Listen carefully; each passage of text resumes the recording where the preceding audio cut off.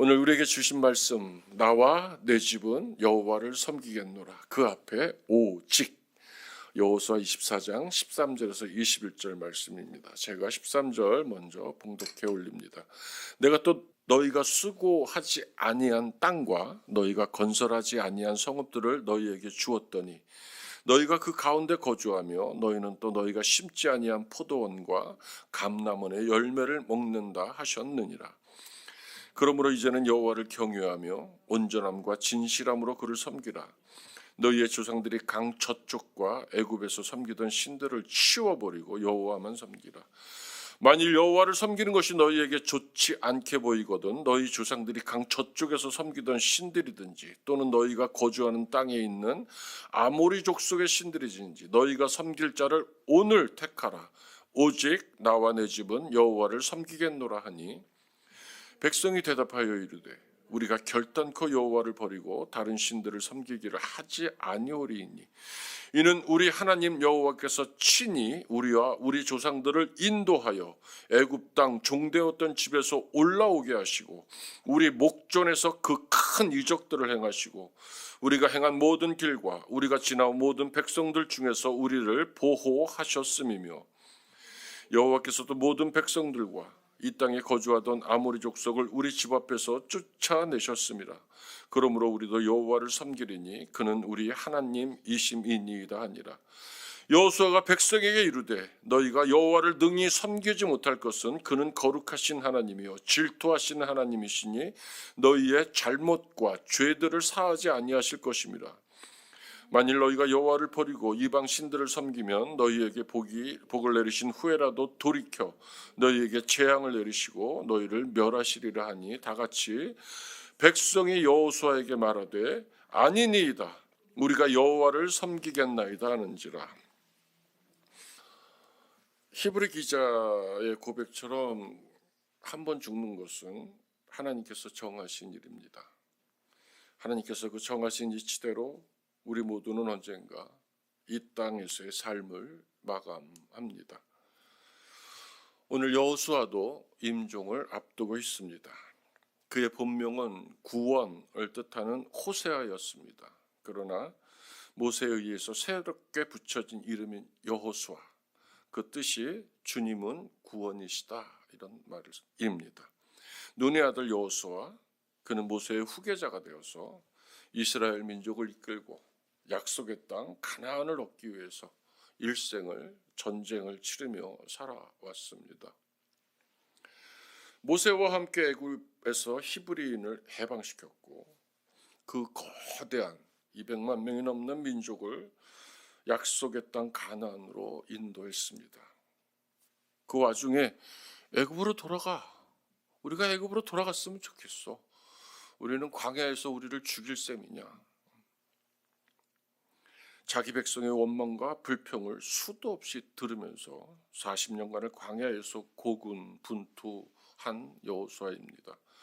늘 모세를 도우며 2인자로 활동했던 어떻게 보면 외로웠던 투사였습니다. 이제 여호수아는 가나안 땅을 차지하게 하시는 하나님의 은혜를 입는 주역이 됩니다. 좋은 스승이자 지도자인 모세를 느보산에 묻고 곧바로 그는 요단강을 건너 가나안 땅에 관문이 있는 여리고성을 침공합니다.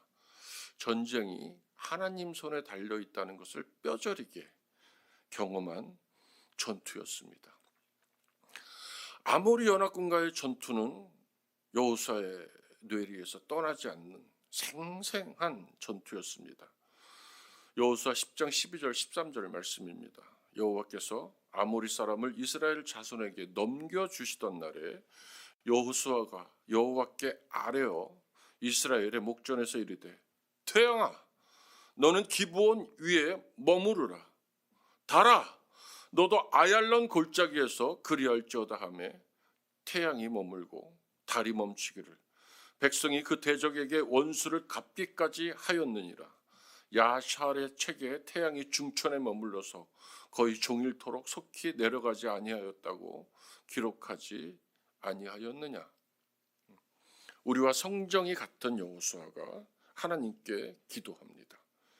전쟁 중에 하나님께 간구하는 어마어마한 기도입니다. 태양과 달을 멈추게 해달라는 기도입니다. 이유가 있습니다. 하나님이 약속하신 가나안 땅을 차지하기 위해서, 아니 하나님이 차지하게 해주신 그 땅을 정복하기 위한 기도입니다. 하나님의 영광을 위한 기도입니다. 그리고 자기가 드린 기도를 확신하면서 이스라엘이, 백성들이 보는 앞에서 여호수아가 선포하는 것입니다. 태양아, 기브온 위에 머물러라. 달아, 아얄론 골짜기에 머물러라. 살아계신 하나님께서는 그 기도를 문자 그대로 응답하십니다. 아멘. 태양이 머물고 달이 멈춥니다. 저는 이런 설교가 너무 좋습니다. 제가 사람들한테 저는 능력이 있는 목사라고 얘기를 자주 합니다. 왜 그러냐면 저는 제가 하는 기도를 믿고 기도하기 때문에 그렇습니다. 저는 귀신 들린 사람들을 가끔 보는데 무섭지 않습니다. 왜 그러냐면 나는 전능하신, 귀신을 제어하시고 귀신을 잠잡게 하시는 하나님의 권세를 가지고 있는 목사이기 때문에 그렇습니다. 내가 위대한 것이 아니라 위대한 하나님이 나의 하나님이기 때문입니다. 여호수아는 그 전쟁의 현장에서, 링컨 대통령도 후에는 그랬다고 그러지만 전쟁의 현장에서 창과 칼을 들기 전에 하나님께 무릎을 꿇고 기도한 후에 그 기도한 내용을 백성한테 선포하고 그 선포한 믿음을 가지고 나가서 아말렉 연합군을 쳐 이깁니다. 여호수아는 여호와께서 모세에게 약속하신 대로 가나안 땅 전 지역을 정복합니다. 그리고 그 땅을 이스라엘 지파에게 나누어 줍니다. 이로써 전쟁이 끝이 납니다. 하나님께로부터 거저 얻은 선물입니다. 죽음을 앞두고 12지파를 모읍니다. 세겜에 모이라고 명령을 합니다. 세겜이 어떤 것인지 한번 살펴보려고 합니다. 아브라함이 처음으로 가나안 땅에 들어와서 제단을 쌓았던 예배의 자리, 거룩한 처소입니다. 두 번째로 세겜은 야곱이 하란에서의 20년 세월을 뒤로하고 돌아와서 베델로 올라가지 않고 제가 쓰는 표현으로 머뭇거리고 있을 때 사랑하는 딸 디나가 하몰의 추장의 아들에게 강간을 당하고 그 아들들은 살인자가 되는 야곱에게는 가장 치욕적인 상처가 있는 곳입니다. 그러나 처절하게 실패한 그 자리에 하나님께서 다시 야곱을 만나 주십니다. 그리고 만나 주실 뿐만이 아니라 야곱에게 말씀을 주십니다. 그 장소가 세켐입니다. 세켐에서 다시 한번 실패의 자리에서 하나님을 경험한, 하나님을 만나 말씀을 받은 야곱은 드디어 베델로 올라가고 거기서 제단을 쌓고 회개하고 삶이 바뀝니다. 그러고 나서 그는 야곱이 아니라 이스라엘의 삶을 살아갑니다. 그가 바뀌자 그의 온 집안이 바뀝니다. 그와 함께한 이들이 바뀝니다. 그들이 섬기던 모든 우상들을 벗어버리고 하나님 앞으로 나아간 자리, 야곱이 삶을 바꾼 그 자기 삶의 개혁의 자리가 세켐입니다. 그리고 오늘 이 세켐은 여호수아가 12지파, 어마어마한 백성들을 모아놓고 하나님의 언약을 다시 확인하는 갱신의 자리가 오늘 세켐입니다. 여호수아가 12지파를 이끌고 하나님 앞으로 나아갑니다. 얼마나 장엄했을까요?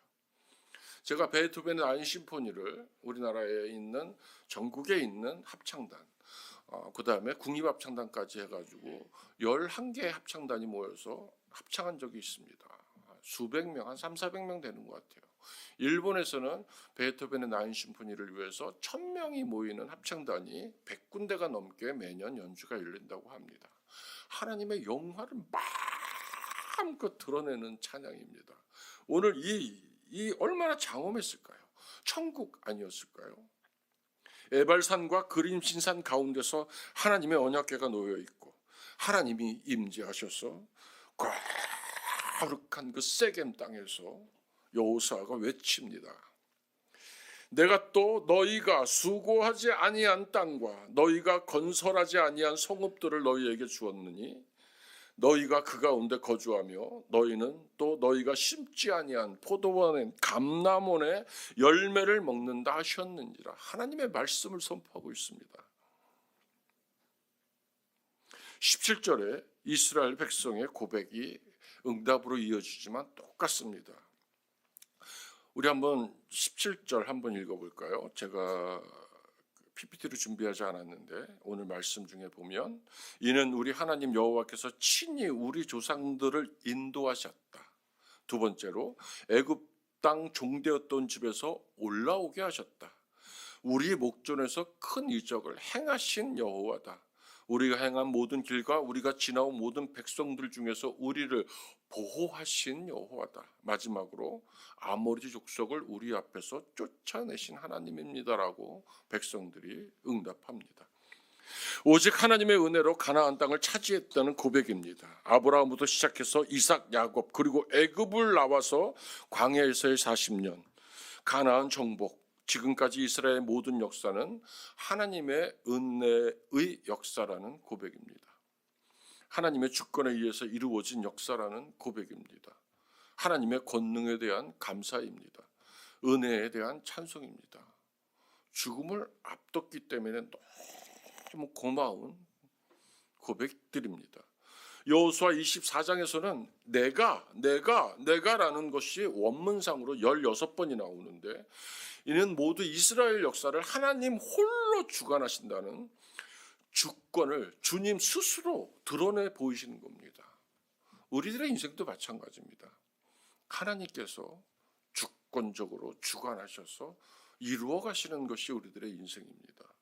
전능하신 하나님이 이스라엘의 주권자입니다. 저희 포도나무 교회는 왕 되신 하나님이라고 그 하나님을 찬양하고 있습니다. 이어 선포합니다. 성실하고 진실하게 여호와만 섬기라라고. 여기서 성실이라는 원어는 온전함입니다. 일편단심입니다. 아주 순수한 단어입니다. 순수한 마음입니다. 하나님의 성품입니다. 제가 좋아하는 한 시인을 설명할 때 그 사람은 유치찬란하다 이렇게 표현합니다. 그 사람의 일평생 살아온 삶의 궤적을 보면 유치하기를 넘어서서 그 유치가 찬란하다. 순수한 마음을 가지고 죽을 때까지 변함없이 그 마음을 간직하며 살았다라는 구상시인의 칭찬입니다. 이 성실은 하나님의 성품입니다. 그 성품을 받을 수만 있다면 우리가 하나님의 말씀을 받았을 때 우리도 아브라함처럼 매일 그렇게 사는 겁니다. 하나님이 말씀하시면 우리 교인 권사님 중에도 한 분 계십니다. 목사님 저는 복잡하지 않아요. 성경 원어가 뭔지 그 시대가 어땠는지 따지지 않아요. 말씀이 주어지면 그 말씀을 내 것으로 받고 그냥 그날 하루 그 말씀대로 살라고 열심히 살아요 목사님 막 이럽니다. 그 권사님께서 오늘 점심 식사 때 뭐 고기를 기증하셨다고 그러나 뭐 쌈을 기증하셨다고 그러나 그래서 제가 오늘은 저녁을 금식을 하고 점심을 교회에서 먹으려고 합니다. 아주 미리 유혹을 하는데 사랑하는 권사님의 그 정성을 한번 먹어보고 싶습니다. 이 성실함은 매일매일 임종 때까지 그렇게 사는 겁니다. 말씀이 주어지면 하나님이 이 말씀을 왜 내게 주셨나요? 나한테 또 무슨 고난이 닥치기에 나한테 고난이라는 단어를 주셨나요? 나한테 무슨 역경이 닥치길래 오늘 이런 말씀을 아닙니다. 그 말씀 붙들고 역경이 닥치면 이기고 감사가 닥치면 하나님 감사해요. 하나님 어떤 당구 선수 여자 당구 선수 프로 선수가 그럽니다. 어떻게 LPG 그 여자 당구 선수권 대회에서 우승을 했네요. 그랬더니 결혼한 여자 임정숙 프로 선수인데 저는 한 번 자기한테 당구가 주어질 때마다 숙제라고 생각한대요. 그러면서 이 숙제를 어떻게 풀지 하면서 굉장히 기쁘게 그 숙제를 대면한다고 합니다. 성실에 대해서 제가 지금 설명하고 있습니다. 성실하고 진실하게 여호와만 섬기라. 진실은 견고함입니다. 확고함입니다. 하나님을 섬기되 잡다한 생각이 없이 오직 하나님만을 향하는 순수한 마음입니다. 또 어떤 유혹이 나를 유혹해도 절대 흔들림이 없는 우리가 요셉을 새벽에 은혜로 나누고 있습니다. 하나님 앞에 살아가는 사람은 이처럼 성실하고 진실한 사람들입니다. 이제 여호수아의 유언처럼 고백합니다. 오직 나와 내 집은 여호와를 섬기겠노라. 이것이 그가 일평생을 살아온, 그리고 마지막으로 유언처럼 남길 때 한 몇 자 안 되는 고백이지만 그의 삶에 온 궤적이 다 들어있지 않습니까? 오직 나와 내 집은 여호와를 섬기겠노라. 죽음을 목전에 둔 여호수아, 그 늙음도 죽음도 기꺼이 감내하는 모습을 보고 있습니다. 요새 제가 이렇게 사역을 하다가 조금 힘이 들거나 좀 겨우면 곁에 두고 읽는 시인이 정낙추 시인인데 남자 농부입니다. 충청도에 사는데 제가 한번 찾아가서 꼭 전도하고 싶다고, 예수를 믿고 계시면 감사하다고 말을 전하고 싶다고 먼저 번에도 한번 얘기를 나눈 적이 있습니다. 그 시인의 늙는 기쁨 한번 읽어드리겠습니다. 시력이 약해지며 먼 곳의 소리를 듣게 됐고 가는 귤을 먹으면서 세상이 넓게 보이기 시작했다. 사소함을 버리니 말이 아껴진다. 나무도 잎을 털면 겨울이 한결 조용하다. 바람 소리가 들리지 않아도 바람 부는 쪽을 바라보는 것은 종점이 어딘지 아는 연륜의 특권이다. 오늘 우리가 은혜를 나누고 있는 여호수아는 에브라임 지파입니다. 요셉이 애굽 총리가 되었을 때 얻은 이집트 여인 아스낫이 낳은 아들 중에 두 번째 아들, 그 에브라임의 후손입니다. 그는 철저한 신앙과 충성심으로 모세를 보좌하면서 갈렙과 가나안을 정복한 것으로 우리는 여호수아를 기억하고 있습니다. 그가 정탐을 하고 돌아와서 한 말입니다. 우리가 곧 올라가서 그 땅을 취하자. 능히 이기리라. 민수기 13장 30절 말씀입니다. 그 다음에 PPT 좀 띄워주시기 바랍니다.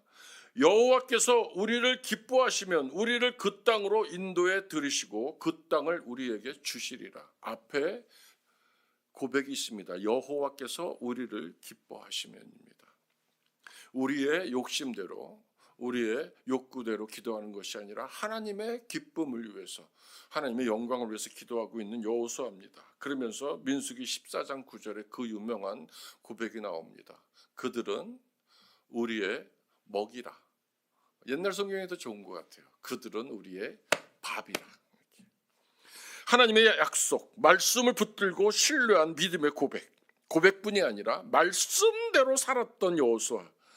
다른 이들이 거인 같은 거대한 성벽에 놀래고 안옥 자손들의 그 거인 같은 체구에 놀라서 아유 우리가 가봤더니 우리는 그들에 비하면 메뚜기예요. 밟으면 죽습니다. 그때도 흔들리지 않았던 고백입니다. 여호수아가 어떻게 이런 믿음의 사람으로 살아올 수가 있었을까요? 한번 살펴보고 오늘 시간이 남으면 제 간증을 좀 하려고 합니다. 여호수아의 이러한 담대함 뒤에는 좋은 가정, 에브라임 지파라는 가정이 자리하고 있었습니다. 우리 포도나무교회 성도 여러분, 우리가 믿음의 가정을 세우는 건 정말 중요합니다. 우리 아들이, 우리 딸들이 앞으로 믿음을 가지고 세상에 살아갈 때 가치관이 흔들리지 않고 믿음이 세상 풍조에 따라서 오르락내리락 이리저리 흔들리지 않고 견고한 심지 같아서 오늘 여호수아처럼 그 믿음을 가지고 복을 받고 복을 누리면서 살아갈 수 있는 그것이 가정의 믿음을 유산으로 남겨주는 겁니다. 이따가 제 간증을 들어보면 알겠지만 당대에는 많이 힘듭니다. 사탄이 잡았던 가정을 예수님이 다스리는 나라로 옮기는 게 얼마나 힘들겠습니까? 사탄이 가만히 있겠습니까? 우리가 그래서 믿음 안에 굳게 서는 것이 정말 중요합니다. 여호수아의 이런 담대함 뒤에는 좋은 가정이 자리하고 있었습니다. 믿음의 지파, 믿음의 가문에서 여호수아는 믿음을 유산으로 받았던 것입니다.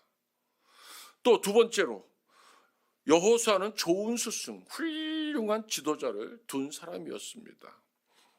우리가 아는 우리나라의 과거에도 아들을 위해서 이사를 수없이 다녔던 엄마가 있듯이 두 번째로 여호수아는 좋은 스승, 훌륭한 지도자를 둔 사람이었습니다. 모세였습니다. 이 모세를 잠깐 살펴보자면 히브리 기자가 모세를 이렇게 기록합니다. 믿음으로 모세는 장성하여 바로의 공주의 아들이라 칭함받기를 거절했다. 믿음으로 그가 히브리인 어머니를 통해서 양육을 받았기 때문에 이 상황은 아시죠? 우여곡절 끝에 이집트 공주의 아들로 입양이 됩니다. 그랬는데 그 누나가 지혜를 발휘해서 어머니를 보모라 그러나요? 어머니를 유모로 보냅니다. 어머니가 가만히 있겠습니까? 아들한테 히브리의 문화, 히브리인들의 신앙, 어머니의 하나님에 대해서 가르쳐주지 않았습니까? 어머니 자체도 3살 아래 애들을 낳자마자 남자 사내는 다 죽이라 그럴 때 그 말을 귀뚱에 듣지 않았다고 성경은 써 있습니다. 무서워하지 않았다고. 모세는 자기가 누구인지 확실히 알고 살았다는 말입니다. 그의 정체성은 히브리인이었기 때문에 그는 히브리인들을 돕기 위해서 살인을 합니다. 바로의 공주의 아들됨을 부인하는 행동이었습니다. 온갖 부귀와 영화를 거절합니다. 그뿐만 아닙니다. 도리어 하나님의 백성과 함께 고난받기를 장차 죄악에 나게 누리는 것보다 더 좋아했다. 히브리 기자가 그렇게 모세를 평합니다. 40살입니다. 모세가. 그냥 어느 날 아침에 거리에 나가봤더니 자기 동족이 이집트인들한테 매를 맞고 있거나 해를 가하고 있으니까 울분에 몰려서 이제는 더 이상 못 참겠다 한 것이 아닙니다. 40살 부록의 나이입니다. 하나님한테 수없이 무릎 꿇었습니다. 하나님, 나를 이 이집트 이 죄악의 왕궁에서 살게 하는 까닭이 무엇입니까? 하나님, 나한테 계획은 있으십니까? 나는 히브리 어머니가 낳은 히브리인의 아들인데 하나님의 거룩한 백성이 왜 여기서 삽니까? 라고 수없이 하나님한테 물어보지 않았겠어요? 하나님의 백성이 왕궁에 머물며 그들의 침략 문화, 향락 문화에 젖어 사는 그 불순종, 그 더러운 삶의 자리에서 하나님의 부르심, 히브리인 자체가 하나님의 부르심입니다. 하나님의 부르심에 합당한 삶을 드디어 선택했다 이 말입니다. 결과가 고난이지만 다시 한번 말씀드립니다. 그 결과가 고난이지만 그 고난의 길이 또 다른 40년의 인내를 거쳐야 하는 삶의 여정이지만 모세는 그것을 가장 가치 있는 일로 여겼습니다. 그런데 히브리 기자가 여기서 더 이야기를 하나 덧붙여서 모세를 이야기합니다. 그리스도를 위하여 받는 수모를 애굽의 모든 보화보다 더 큰 재물로 여겼으니 이는 상 주시는 이를 바라봄이라. 엄마 요게벳의 절절한 사랑이 녹아있는 모세, 그 어머니의 하나님을 품고 히브리인으로 성장한 모세, 세상이 아무리 그를 요동치는 환경으로 내몰았어도 모세는 하나님을 아는 것을 그대로 삶으로 행동하면서 나아간 것입니다. 그것을 성경은 모세는 그리스도를 위해서 상 주시는 일을 바라봤다.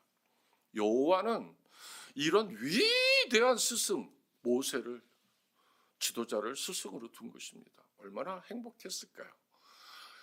좋은 스승이 정말 나를 잘 이끌어주는 좋은 스승만 하나 있다면 이 세상 정말 살만한 세상 아닙니까? 근데 우리의 스승은 누굽니까? 모세가 의지했던 하나님이 우리의 스승 아닙니까? 여호수아가 의지했던 그 하나님을 신뢰하며 태양을 멈추고 달을 멈추게, 그래서 그 기도를 드리고 응답하신 분이 우리의 하나님 아니십니까? 이제 여호수아는 가정을 살릴 뿐만이 아니라 민족을 살리는 믿음의 용사가 됩니다. 그들은 우리의 먹이라 라는 믿음의 고백으로 여호수아는 갈렙과 함께 출애굽 1세대 중에서 가나안 땅에 들어갈 수 있는 주역이 됩니다. 유일한 단어를 유이한으로 표현해서 해석을 성경을 하고 있더라고요. 아버지 어머니를 광야에 묻어야 했던 그 수많은 다른 자식들, 수백만 명의 다른 자식들, 그들은 자기 부모를 광야에 묻고 그렇게 고아가 되어서 하나님이 차지하게 하신 가나안 땅으로 들어갈 때 여호수아와 갈렙, 그들의 자식들에게는 그 믿음의 아버지가 그들과 함께 가나안 땅으로 들어갑니다. 여호수아를 섬기면서 사는 것, 그것이 여호수아가 바라는 단 한 가지 소원이었습니다. 만일 여호와를 섬기는 것이 너희에게 좋지 않게 보이거든 너희 조상들이 강 저쪽에서 섬기던 신들이든지 또는 너희가 거주하는 땅에 있는 아모리 족속의 신들이든지 너희가 섬길 자를 오늘 선택하라. 오직 나와 내 집은 여호와를 섬기겠노라 하니. 할렐루야. 백성들이 일제히 응답합니다. 백성들이 여호수아에게 말하되 아니니이다. 새 번역은 아닙니다. 우리가 여호와를 섬기겠나이다 하는지라. 이제 하나님이 차지하신 가나안 땅에서 이스라엘 백성들은 하나님을 섬기면서 하나님의 보호 아래서 평안히 살아갈 것입니다. 여호수아는 가정을 살리고 민족을 살린 기도의 사람, 믿음의 사람이었습니다. 제 이야기를 오늘은 조금 길게 하고 싶습니다. 어머니와 아버지 얘기를 같이 할 수 없어서 오늘은 아버지 쪽 얘기만 좀 하고 싶습니다.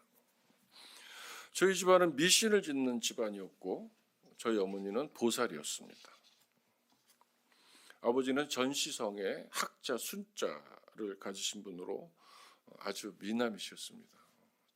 저보다 더 잘생겼고 갸름한 계란형의 시대의 얼굴처럼 잘생기셨습니다. 60년대 전후로 인천에서 전축 장사를 우리 집이 했다고 합니다. 돈을 너무 많이 벌어서 저녁이 되면 어머니가 그 마대자루에 돈을 그냥 막 쉬지 않은 채 구겨 넣어서 옛날에는 집 안에 이렇게 다락이 있었어요. 방 안에 그 다락에다 이렇게 자루째 집어 던졌다고 합니다. 저희 아버지는 고복수 선배 전직 가수셨습니다.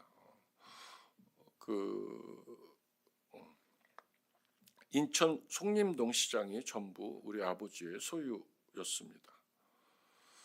우리 엄마는 17살에 시집을 왔는데요. 아주 부한 집안에서 아주 귀하게 자랐답니다. 손에 물도 안 묻히고 귀한 딸로 꽃 고무신에 비단 옷 입고 사셨다고 합니다. 근데 어느 날 우리 아버지를 보고 오신 우리 어머니 아버지가 얼굴 어떻게 성품이 어떤지는 묻지도 않고 얼굴이 워낙 잘생기니까 가서 저 잘난 전서방하고 잘 살아봐 이래서 시집을 오셨답니다. 첫째, 둘째 딸이 태어났는데 풍토병으로 3살이 안 돼서 죽고 셋째 딸이 저희 집에 장녀로 살아남았는데 아버지는 이제 바람이 그만 납니다. 딸만 내리 아내가 낳는다고 바람이 났다고 합니다. 어머니는 그저 집안을 지키시며 수모를 참았다고 합니다. 우리 형을 이렇게 뵀을 때도 집 안으로 젊은 여자를 불러들여서 밥을 해오라고 그러고 가수를 키운다고 레슨을 한다고 너는 나가 있으라고 그래서 바깥에서 울며 그 시간들을 때웠다고 하십니다. 드디어 저보다 5살 위인 저희 형이 태어납니다. 어머니는 기세가 이제 등등해지셨고 형이 어릴 적 사진을 보면 그 가죽옷만 입혔습니다. 까만 가죽옷 세트에 구두, 가죽 구두 신발에 형이 든 권총 이런 장난감을 보면 지금도 비싼 장난감을 형들이 들고 놀았습니다. 그리고 딸이 1명 더 나오고 제 위에 누나가 하나 더 나오고 그 다음에 제가 출생합니다. 저의 100일 사진을 보면 다 벗겨놓고 고추도 가리지 않고 찍은 사진을 보면 잘생긴 곰두꺼비 한 마리가 앉아 있는 것 같습니다. 온 동네가 경사가 났다고, 제가 태어났을 때 동네 사람들을 모아놓고 잔치를 벌였다고 합니다. 그리고 제 밑으로 딸 둘이 더 태어납니다. 애들 자식 얘기들은 아닙니다. 우리 어머니는 12명을 뵈서 이 땅에 6남매를 남게 하고 2명은 나서 사사내고 4명은 배 안에서 유산을 했다고 합니다. 제 기억에 우리 아버지는 늘 허약했던 아버지입니다. 야누스의 얼굴처럼 한쪽 얼굴은 약하디 약한, 늘 병을 달고 사는 병치레 하는 아버지, 다른 한편은 엄하디 엄한 아버지입니다. 우리 큰형을 당신의 혁대를 풀어서 때리는 것도 봤고, 우리 형이 여기 교복 여기다가 10,000원짜리 하나를 숨겼었는데 학교에서 필요하다고 받았는데 숨길 데가 없으니까 여기 옷기색을 트고 심었는데 그걸 찾아내신 다음에 저까지 불러놓고 도둑질한 손가락을 자르시겠다고 도마 위에 형 손가락을 얹어놓던 아버지입니다. 하루 세끼 매일 더운 밥을 우리 어머니가 해올리셨습니다. 그것도 쌀밥에.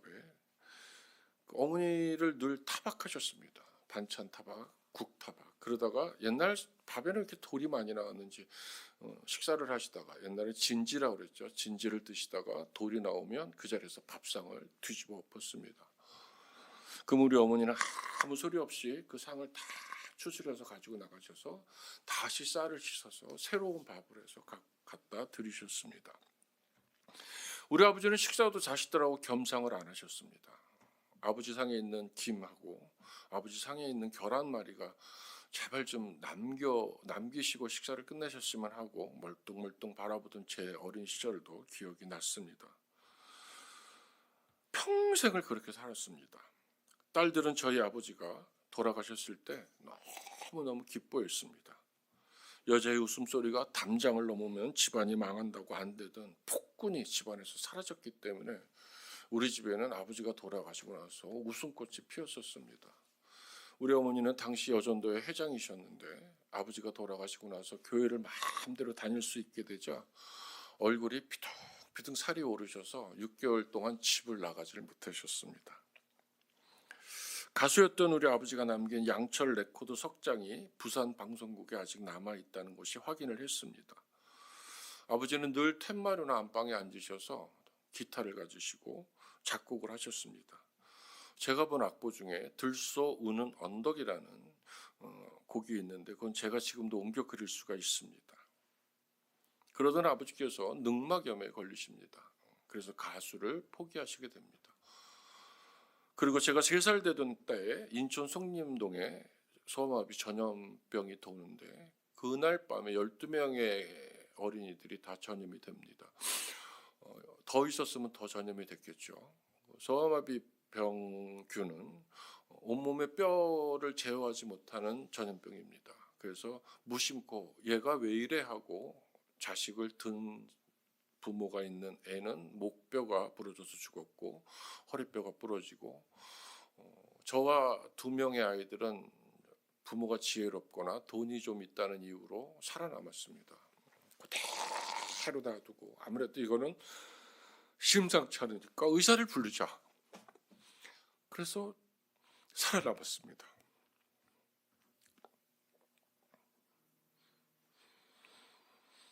그 아버지의 병치료와 제 병원비, 약값으로 저희 집안은 쇠잔해 갑니다. 한 10년, 12년에 걸쳐서. 그리고 아버지는 5번 정도 죽을 고비를 넘기시고 어머니 말로는 기적적으로 구술하시고 살아나셨다고 합니다. 제가 어릴 적에 아기 만신이라는 자가 찾아와서 집에서 점을 쳐주던 것도 기억이 납니다. 욕을, 그 만신들은 이렇게 욕을 하죠. 야, 이 XX야. 년자가 들어가는 욕입니다. 야, 이 XX야. 너네 집에 숟가락이 6개고 젓가락이 4개지. 이년아, 너는 나를 못 사게 했냐나. 숟가락이 몇 개고 젓가락이 몇 개인지는 그게 뭐가 중요한지 모르겠다는 생각을 늘 했습니다. 도대체 뭐라는 거지? 저희 마당에서는 작두 타는 무당이 와서 구슬했습니다. 날이 시퍼렇게 쓴 낙작급 한 이만합니다. 그거 양날에 놓고 그 위에 올라가서 버선발도 아니고 맨발로 올라가서 춤을 춥니다. 정말로 봤습니다. 제 눈으로. 저는 지금도 그 징소리나 무당들의 방울소리만 들으면 막 오한이 납니다. 아주 싫습니다. 아주.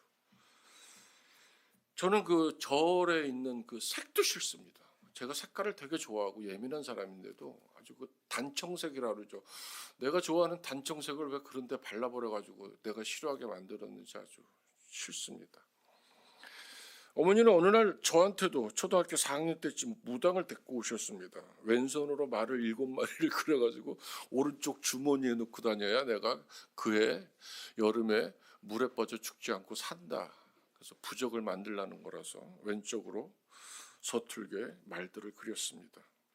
그리고 그의 물에 빠져 죽지 않고 살아남아가지고 제가 지금 목사가 돼 있습니다. 어머니는 매일같이 새벽 일찍 동네 우물가로 제일 먼저 나갔습니다. 정화수를 뜨러 가신 겁니다. 그 정화수를 부뚜막에 올려놓고 손을 빌면서 웅얼웅얼 그리고 작은 항아리에 쌀 한 대를 퍼서 부어 넣습니다. 여유가 될 때는 돈도 이렇게 속꽃이라고 그러죠. 이렇게 사리바다 안에 깊숙이 만드는 주머니 안에서 돈을 꺼내서 거기다 놓습니다. 그리고 한 달에 한 번 절로 올라가서 그거를 가지고 시주를 하고 그 까닭에 우리 어머니는 절에서 보살이야 이렇게 칭함을 받았습니다. 아버지는 제가 고등학교를 졸업하던 때에 결국에는 강경화로 황달로 해서 참혹하게 돌아가셨습니다.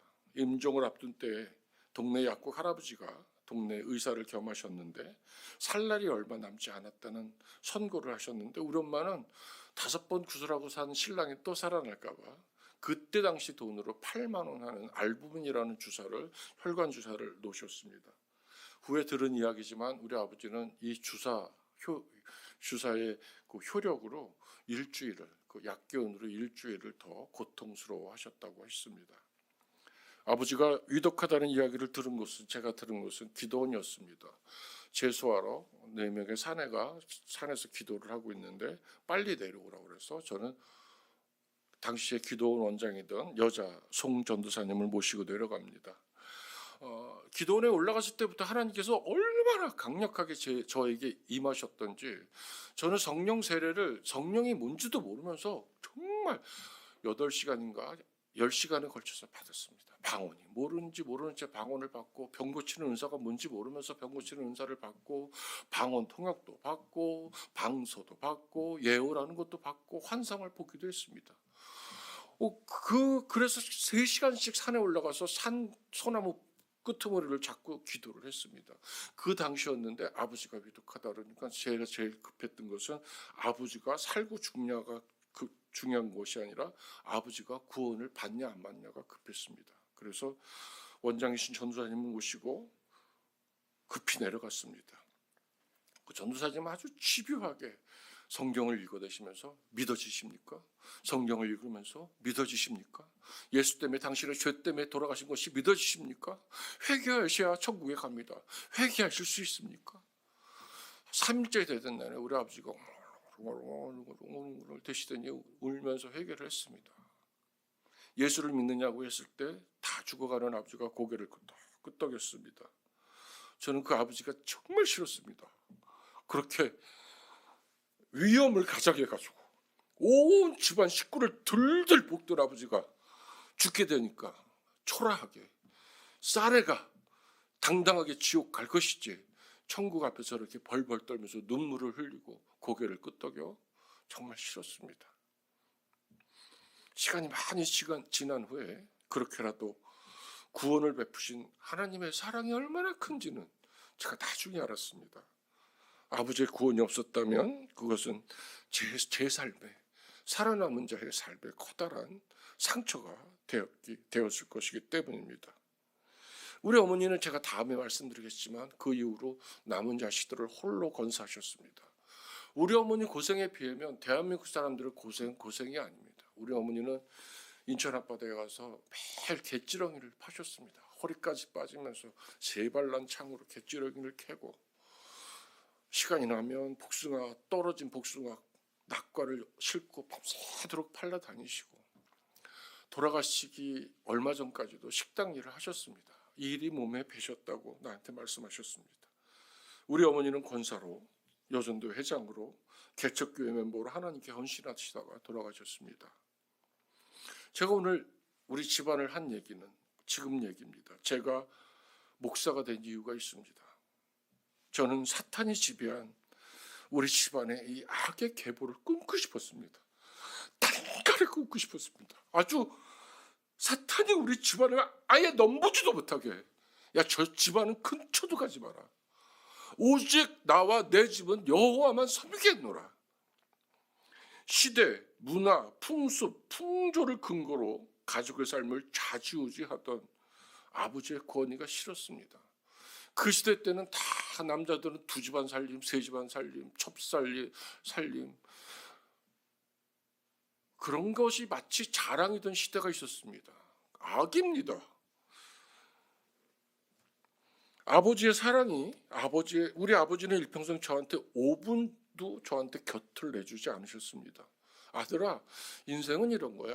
너가 다리가 아픈데 앞으로 살기 되게 힘들겠지만 그래도 살만할 거야 라든지, 우리 형이 얼마 전에 아니야, 아버지가 너를 바라보는 그 그윽한 눈빛 속에서는 아버지의 애절한 사랑이 담겨 있었어, 내가 알아, 이렇게 말은 들었습니다. 그러나 사랑하는 성도 여러분, 사랑은 말을 걸어주는 게 사랑 아닙니까? 어에게 지금 얘기하려고 이 설교를 합니다. 사랑은 안아주는 것이 사랑 아닙니까?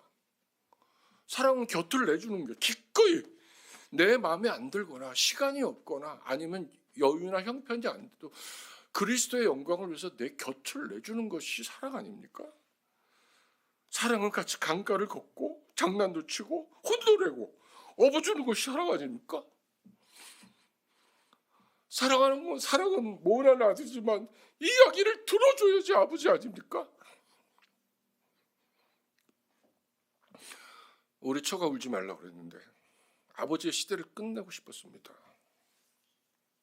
우리 어머니가 제가 목사가 되는 것을 못 보고 돌아가셨지만 저는 자랑스럽습니다. 어머니가 애써 키운 아들이 어머니 아버지 집안에 흐르던 그 악의 고리를 끊어버렸기 때문에 우리가 지금 가정을 살리기 위해서 챌린지를 하지만 이거 챌린지가 아닙니다. 목숨을 건 믿음의 경주여야 됩니다. 결단하셔야 됩니다. 오늘 본 말씀에 보면 오늘이라는 말이 나옵니다. 오늘입니다. 결단하셔야 됩니다. 제가 우리 집안의 악의 계보를 끊어냈습니다. 그리고 하나님이 다스리는 가정을 만들어 가고 있습니다.